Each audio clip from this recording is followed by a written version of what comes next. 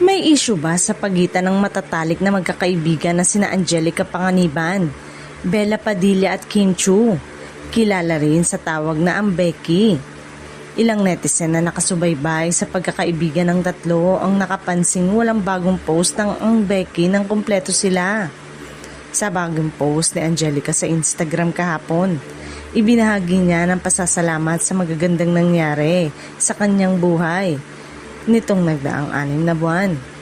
Kabilang sa ibinahagi ni Angelica sa carousel ay ang sweet photos nila ni Kim. Kabilang sa ibinahagi ni Angelica sa carousel ay ang sweet photo nila ni Kim. Kabilang sa mga nagkomento sa post ni Angelica ay si Kim.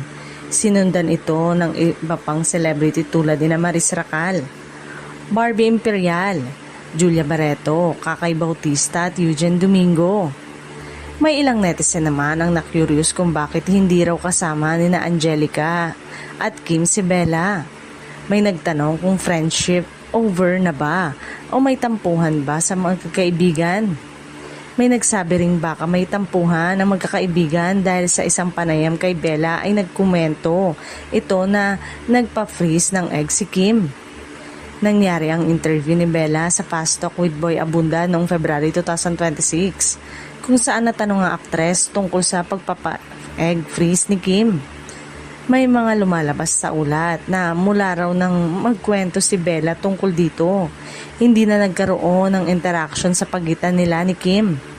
Hanggang ngayon ay walang kumpirmasyon kung may issue nga ba sa pagitan ng magkakaibigan o sadyang busy lang si Bella kaya hindi siya nakasama sa huling pagkikita nila ni Angelica at ni Kim.